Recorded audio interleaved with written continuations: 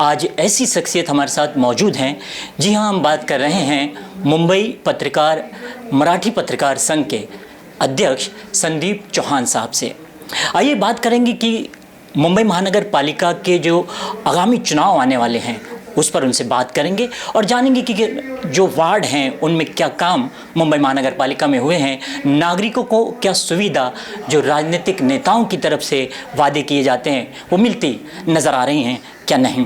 क्या कहेंगे सर, स्वागत है आपका। महानगर पालिका के चुनाव आने हैं, सुप्रीम कोर्ट ने फटकार भी लगाई है, क्या कहना चाहेंगे इसको लेकर? यहाँ के जो राजनीतिक लोग हैं उनके साथ साथ पूरे मुंबई के जो लोग हैं वो चाहते थे कि इलेक्शन जल्दी हो जाए, क्योंकि आप देखिए दो ढाई साल से ज़्यादा वक्त हुआ है कि मुंबई महानगर पालिका के ऊपर प्रशासक जो है बिठाए गए हैं और आखिरकार प्रशासक जो है जिस तरह से जो प्रतिनिधि रहते हैं, जो राजनीतिक दल रहते हैं, वो जिस तरह से जनता का विचार कर सकते हैं उस हिसाब से ये प्रशासक कर नहीं पा रहे थे और इसी कारण काफ़ी सारी दुविधाएं थी। मीन्स काम हुए हैं, अच्छे काम हुए हैं, लेकिन ऐसे कहा जाता है जब भी कोई काम हो तो सबसे पहले जिनके लिए काम हो उनकी जो सुविधा है उसको सबसे ज़्यादा प्रायोरिटी होनी चाहिए। आप अगर देखोगे तो इस 2 साल में आपने अगर देखा होगा तो 2 साल में इतनी सारी खुदाई हुई रास्ते की, ट्रैफिक का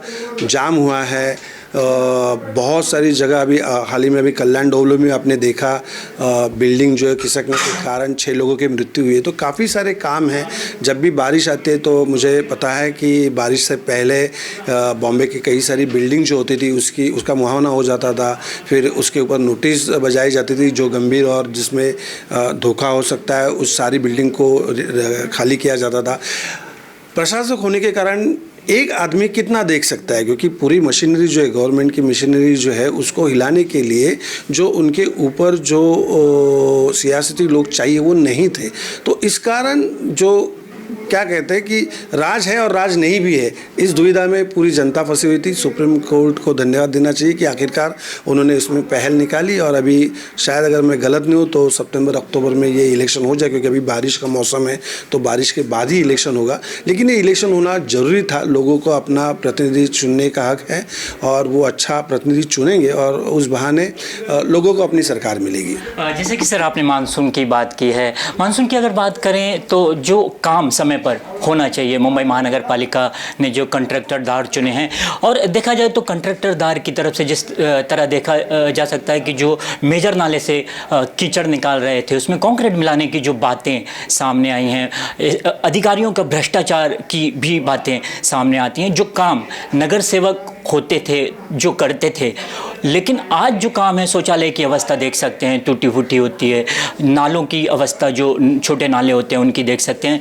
ऐसे में क्या देखते हैं कि जो नागरिकों को काम मिलना चाहिए, नगर सेवक न होने से क्या फ़र्क नज़र आता है? वही मैं कह रहा था, फ़र्क ये होता है कि जब प्रशासक ये काम करता है और जब नगर सेवक काम करता है तो दोनों की काम करने का अगर आप ढंग देखोगे तो नगर सेवक जितना रिस्क उठा सकता है उतना रिस्क प्रशासक नहीं उठा। वो अपने सैलरी के लिए काम करता है, तो सैलरी के लिए जितना बनता है उतना ही काम करता है। नगर सेवक लोगों के लिए काम करता है, तो उनको पता है कि अगर लोग उनके काम पे ऊपर खुश होंगे तब जाके उनको चुन के लाएंगे, तो उसके लिए वो दिल से काम करता है। प्रशासक जो है वो दिल के ऊपर जो जेब होती है, जेब में आने वाली सैलरी के लिए काम करता है। तो ये डिफरेंसेस है। तो जब भी हम प्रशासक ऐसा कहना गलत होगा कि प्रशासक है तो काम नहीं हो रहा है, काम हो रहा है, लेकिन जिस ढंग से होना चाहिए, जिस आत्मीयता से होना चाहिए वो नहीं हो रहा है। और जैसे मैंने कहा कि एक जो रिस्क फैक्टर रहता है, रिस्क फैक्टर की बात की है ना कि समझो अगर कोई नाला है या जैसे आपने शौचालय की बात की, तो प्रशासक जिस ढंग से उस शौचालय को देगा, नगर सेवक उसको नहीं देख सकता। नगर सेवक कुछ अलग ढंग से देखेगा कि जैसे अगर उसमें स्वच्छता की बात है तो ये एक बार स्वच्छता करके निकल जाएंगे, लेकिन नगर सेवक होगा वो ये देखेगा कि ये जो घड़ी है वो बरकरार रहे, 5 साल तक वो शौचालय वो कैसे साफ सुथरा रहे, नदी नाले है। और जैसे कि आपने कहा कि सीमेंट कंक्रीट, कई जगह ऐसे होता था, पहले देखा जाता था कि रास्ता बन जाता था, वापस कोई डिपार्टमेंट उसको उसकी खुदाई करता था, वापस रास्ता बनता था, तो पूरा पैसा जो है ये ऐसे ही पानी में चला जाता था। तो अगर कोई जवाबदेही किसकी नहीं थी, तो तो नगर सेवक होने के कारण एक जवाबदेही मिलती है कि भाई आप इसके लिए जिम्मेदार हो। प्रशासन के ऊपर आप किसको जवाब दें, क्योंकि वो तो अपना काम कर रहे हैं। तो रिस्क फैक्टर जो है ना, रिस्क उठाने का जो जज्बा नगर सेवक या चुने हुए प्रतिनिधि को होता है, उतना जज्बा शायद ही प्रशासक में होगा। जैसे कि सर मैंने कहा कि जो नदी से, जो मेजर नाले से कीचड़ निकाल रहे थे कंट्रैक्टरदार, और कंक्रीट मिलाने की जो बातें सामने आई हैं, कंपनी को निलंबित भी किया है। कहीं ना कहीं कंपनी को जो कॉन्ट्रैक्ट दिया था मुंबई महानगर पालिका ने, बहुत सोचा समझा होगा, उसके बाद दिया होगा। लेकिन वो कंपनी, सोची समझी कंपनी, अगर कीचड़ के अंदर कंक्रीट मिलाने का काम कर रही है, तो क्या महानगर पालिका के जो अधिकारी हैं उन्होंने क्या कंपनी को देखा, क्या सोचा जो उसको ऐसी कंपनियों को कॉन्ट्रैक्ट दे देती है महानगर पालिका?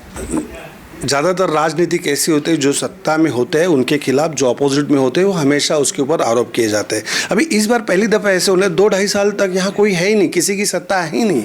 उसके बावजूद अगर वहाँ भ्रष्टाचार हो रहा है तो ये अपनी सिस्टम, सड़ी हुई सिस्टम है, उसको ठीक करना चाहिए। क्योंकि ये लोग जो है, नगर सेवक हो या महापौर, वो चुन के आते हैं और चले जाते हैं, लेकिन जो सिस्टम है वो वही के वही बनी रहती है। तो शासन किसी का वो प्रशासन वहाँ हमेशा रहता है। तो ये प्रशासन में जो दीमक लगी हुई है उसको हटाने की सबसे बड़ी ज़रूरत है। और हम सभी मुंबई वासी या पूरे महाराष्ट्र के जितने नगर, सब यही चाहते हैं कि ये जो प्रशासन में लगी हुई जो दीमक है उसको पहले अगर हटाया जाए। अगर वो हट जाती है तो तुरंत उसका हमें रिजल्ट दिखेगा। और बात बड़ी गंभीर है। अगर जैसे कि अभी मीठी नदी है, उसमें का अगर समझो कीचड़ अगर नहीं निकाला है और बारिश अगर भारी वर्षा में होती है, भारी मात्रा में अगर बारिश हो जाती है, तो देखा गया है कि मुंबई में पूर्व सदृश स्थिति भी आ सकती है। तो मुझे लगता है कि जहां लोगों के ज़िंदगी का जो बोली लगी हुई है या ज़िंदगी जिसके ऊपर निर्भर है, उसमें तो थोड़ा क्या कहते हैं ना, फूक फूक के कदम प्रशासन ने डालने चाहिए। वहाँ ज़्यादा प्रायोरिटी देनी चाहिए। सही ढंग से काम हो रहा है, इसके लिए कुछ तो मैकेनिज़्म वहाँ चाहिए जो अभी नहीं है, मिसिंग है। तो मैं और हमारे सारे मुंबई वासी, सारे प्रदेश चाहते हैं कि अभी जो नई चुन की जो सरकार आएगी वो ये ध्यान रखे कि वो रहे या नहीं रहे, लेकिन सिस्टम वहाँ बनी रहनी चाहिए। वो अपने आप में एक अच्छे तरह से एक सिस्टम मॉडल हम लोग वहाँ डेवलप कर सकते हैं। मुद्दे तो कई हैं, नागरिकों की समस्याएं कई हैं। कई जगह देखा जा रहा है, जैसे कि आपने कहा कि रोडों को खोदा गया है और जो बैरिकेड लगाए जाते हैं, तो बैरिकेड हालांकि मिलने चाहिए एक दूसरे से, लेकिन उसमें गैप होता है, कहीं 10 फुट का होता है, कहीं 20 फुट का होता है। तो ऐसे में कई जगह देखने को मिला है कि मानपुर में एक बच्चा खड्डे में गिर गया, उसकी जान चली गई। एक पंतनगर में एक बच्चा गिर गया था, उसे बचाने के लिए एक व्यक्ति घुसा तो बच्चा बच गया, लेकिन वो आदमी कीचड़ में फंस गया, उसकी जान चली गई। तो ऐसे कई सवाल हैं महानगर पालिका के अधिकारियों पर और कंट्रैक्टरदारों पर। लेकिन सर, उसके साथ चलते चलते एक सवाल और आपसे है कि जो नागरिक हैं, मुंबई महानगर पालिका के चुनाव आने हैं, ऐसे में आपकी बातों को नागरिक मुंबई कर सुनते हैं। सभी की नज़रें मुंबई मराठी पत्रकार संघ पर होती हैं। अक्सर देखा जाता है कि लोग यहाँ पर पहुँचते हैं, अपनी बातों को रखते हैं और पूरे राज्य में यहाँ से, इस कार्यालय से लोगों की बातें पहुँचती हैं लोगों तक। क्या अपील करेंगे और क्या संदेश मुंबईकरों को, मुंबई के नागरिकों को देना चाहेंगे आपके माध्यम से? यही चाहता हूँ कि आने वाला जो चुनाव है, उस चुनाव में क्योंकि ज़्यादातर देखा है ये बीएमसी या नगर पालिका का जो इलेक्शन होता है वो पार्टी लेस होता है।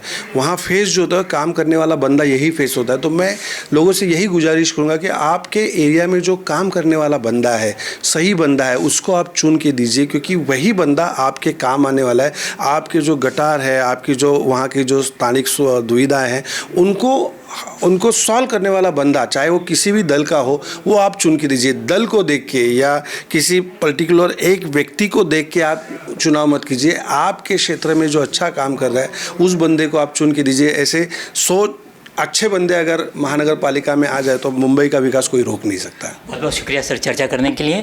तो आगामी मुंबई महानगर पालिका के चुनाव आने हैं, हम आपके घर, आपके दरवाजे, आपकी गली तक जरूर पहुंचेंगे, नागरिकों की समस्या जानेंगे और उस पर निवारण करने की कोशिश करेंगे। लेकिन खास चर्चा में आज इतना ही। दीजिए इजाज़त, फिर किसी शख्सियत के साथ हम हाजिर होंगे।